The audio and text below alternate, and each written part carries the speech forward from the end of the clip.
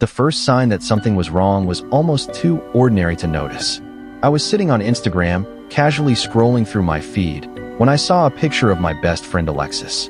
She was 16, like me, and in the photo she was sitting beside the pool in her backyard with one of her friends. It looked completely normal. I liked the picture, planning to leave a comment, but before doing that, I started reading through the comments other people had posted.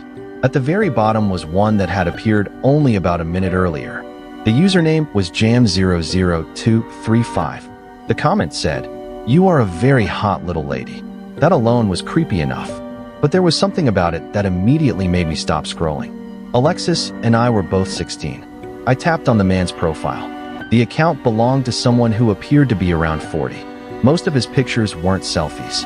They were strange, random photographs of landscapes, objects, and places that seemed to have no connection to one another. One picture showed a half-full bottle of beer. Another showed some kind of unusual stone statue. Almost none of the pictures had any likes. A few had 1 or 2 at most. Then I noticed his follower count. He had only 15 followers, but he followed more than 100 people, and Alexis was one of them. I immediately texted her, "Did you see this guy's comment?" A moment later, she replied, "Yeah, I know. It's so creepy." I told her she should delete the comment and block the account. She did exactly that. For a few minutes, it seemed like the problem was over. Just another strange person on the internet who had crossed a line. I went back to the picture and did what I had originally planned. I liked it and left my comment. Then I forgot about the whole thing. At least, I thought I had. The following afternoon, everything suddenly felt different. Alexis and I walked home together after school, as we usually did. We lived directly across the street from one another, so walking home together was normal. That was when we noticed the white car. It was moving slowly along the street beside us. Neither of us recognized it, and neither of us could explain why the driver seemed to be taking their time. Alexis looked at it, then looked at me. "Come to my house," she said. We changed direction. The white car continued slowly behind us. When we reached her house, it slowed even more. Then, the moment we went inside, it suddenly accelerated and disappeared down the street. We stood there for a second, watching through the window. Neither of us said it, but we were thinking the same thing. Someone might have been following us. I stayed at Alexis's house for the rest of the day. We tried to act like everything was normal. We worked on our biology project together, spreading our schoolwork across the table and talking about things that had nothing to do with the strange car. Eventually, the tension started to fade. By late afternoon, we were laughing again. Since we didn't have school the next day, it wasn't unusual for me to spend the entire evening at Alexis's house. Her parents weren't home that night, so it was just the two of us. We ordered a pizza. With nobody around to tell us to keep the noise down, we talked loudly, joked around, and tried to forget about the white car. For a while, it worked. Then we heard a knock. It came from the front door. It wasn't loud, just a light, deliberate knock. We were upstairs in Alexis's bedroom, and she immediately stopped talking. She was a cautious person by nature, so I assumed she would check the window before opening the door. I expected to hear her walk downstairs, look outside, and then let the pizza delivery person in. Instead, there was silence. Then I heard footsteps. They weren't going toward the front door. They were coming back upstairs. Alexis rushed into the room and shut the door behind her. Her face had completely changed.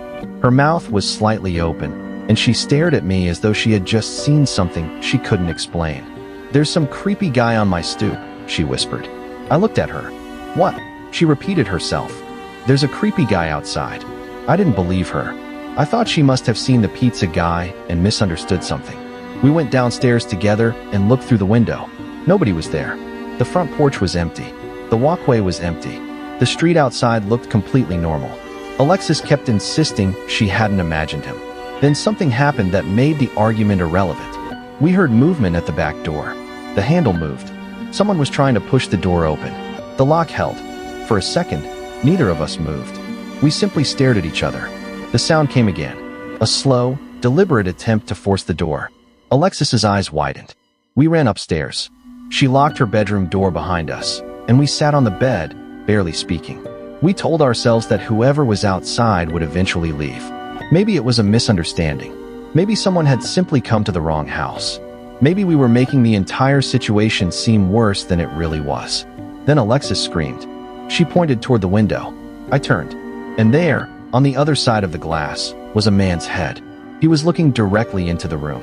For one terrible second, neither of us understood how he could possibly be there. Then I saw what he was holding. A camera. He was holding it up against the glass, taking pictures of us.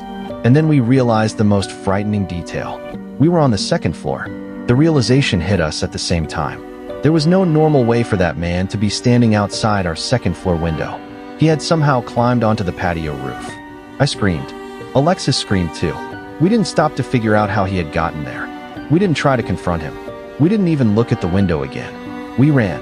The bedroom door flew open as we rushed into the hallway and headed for the basement. Every step seemed louder than it should have been. Behind us, the house was completely silent. That somehow made everything worse. We reached the basement and stayed there. It was the only place we could think of that felt remotely safe. We remained downstairs for the rest of the night, keeping away from the windows and listening for any sound from above. Every unfamiliar noise made us tense. A creak, a distant movement, the sound of the house settling. We couldn't tell what was real and what was our imagination. Neither of us wanted to go upstairs. Eventually, Alexis's parents came home. When they walked through the house, we finally came out of the basement. We told them everything. The strange man on the porch, someone trying the back door, the face at the second floor window, the camera, the fact that he had somehow climbed onto the patio roof. Her parents were shocked. But after the immediate panic settled, there wasn't much anyone could do. We didn't know who the man was. We didn't know where he had gone. And we had no idea why he had been watching Alexis. I eventually went home that night. I was still trying to process everything when I looked at my phone. I had a new text from Alexis. She had gone back to the man's Instagram account. She wanted to see if she could figure out who he was. But something had changed. She had found a picture on the account and recognized the face. She said the man in the photograph was the same person who had been standing outside her bedroom window. I stared at the message. Then I opened the account myself. I looked at the photograph. There was no mistaking it. It was him. The same face. The same person who had somehow gotten onto the roof and stood outside a second-floor bedroom window with a camera. Suddenly, the strange Instagram comment didn't seem like an isolated incident anymore. The man had found Alexis online. He had followed her.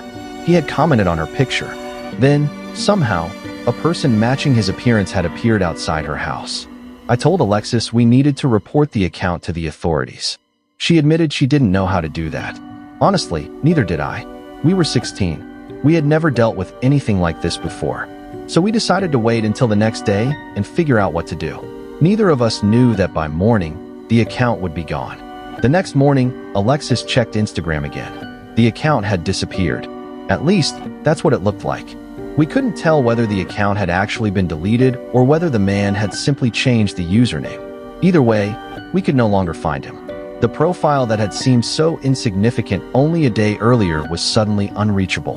There was no explanation, no warning, no message, nothing that told us where he had gone. The more we thought about the previous 24 hours, the stranger everything seemed. It had started with a photograph of Alexis beside her backyard pool. A random man had appeared in the comments almost immediately. His message had been inappropriate and unsettling. His account had seemed unusual. He barely had any followers. He followed more than 100 people. And one of those people was Alexis. She blocked him. Then, the following day, we noticed a white car moving slowly beside us as we walked home from school. The driver slowed near Alexis's house and sped away as soon as we entered. Later that night, someone knocked at the front door. Alexis saw a strange man standing outside. Then the person disappeared. Someone tried to open the back door. We ran upstairs. And eventually, a man's face appeared outside a second-floor window. He had a camera. He was looking directly into the room. The only way he could have gotten there was by climbing onto the patio roof. And now, when we finally realized that the face belonged to the same person whose Instagram account had frightened us in the first place, that account had vanished. There was something deeply disturbing about not knowing what had happened next. Had he deleted it himself? Had he changed his username? Had someone reported it? We couldn't tell. We also couldn't tell whether the white car had actually been connected to him. Maybe it had been. Maybe it hadn't. That uncertainty stayed with us. What frightened me most wasn't simply that a stranger had appeared outside Alexis's bedroom window. It was the possibility that the events had been connected from the beginning. The Instagram comment had been the first thing we noticed. The white car had been the second. Then came the knock, the back door, the window, the camera, and finally, the photograph that confirmed we weren't imagining the man's identity. There was no supernatural explanation. Nothing impossible had happened. That was what made it worse. Someone had found a 16-year-old girl online, followed her account, appeared near her home, and eventually reached the window of the room where she was sitting. And after we discovered who he was, he disappeared from Instagram. No one ever saw the man again. At least, not that we knew of. There was never another message from him. The white car never appeared again. Nobody returned to Alexis's house. There was no second knock at the door, no movement at the back entrance, and no face waiting outside the upstairs window. But the fact that nothing else happened didn't make the memory disappear. For a long time, I kept thinking about how ordinary the entire thing had seemed at first. I had been scrolling through Instagram without a second thought. Alexis had posted a normal picture beside her backyard pool. I saw a strange comment. I clicked on a profile. We talked about it. She blocked the account. That should have been the end. If the story had stopped there, it would have been nothing more than an uncomfortable encounter with a creepy stranger online. Instead, the next day, a white car followed us home. That night, someone appeared at the house. And eventually, we saw a man's face pressed into the darkness beyond a second-floor window. He wasn't calling out. He wasn't shouting. He was simply looking inside. And he had a camera in his hand. That image stayed with me. Two 16-year-old girls sitting upstairs, believing the locked bedroom door would protect them, only to discover that someone had managed to climb onto the roof and reach their window. We had assumed the walls and distance of the second floor made us safe. They didn't. The basement became our refuge that night. We stayed there until Alexis's parents returned, because we didn't know where else we could go. Even after they came home, we still had questions. Who was the man? How long had he been watching Alexis? Was he the person driving the white car? Had he followed us from school?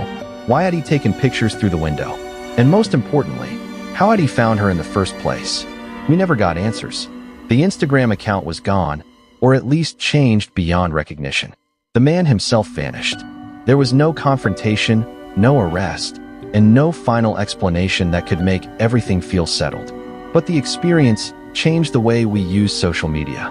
Alexis and I both keep our Instagram accounts private now. We became much more careful about who could see our pictures and who could follow us. Because before that night, Instagram had felt harmless. It was just pictures, comments, likes, and people we knew. Afterward, we understood something that had never really occurred to us before. A person online can be a stranger while still learning things about you. They can see what you post. They can follow where you appear. And sometimes, the distance between an online profile and your real life is much smaller than you think. We never saw that man again, but I still remember the moment Alexis pointed toward the window, and the face looking back at us.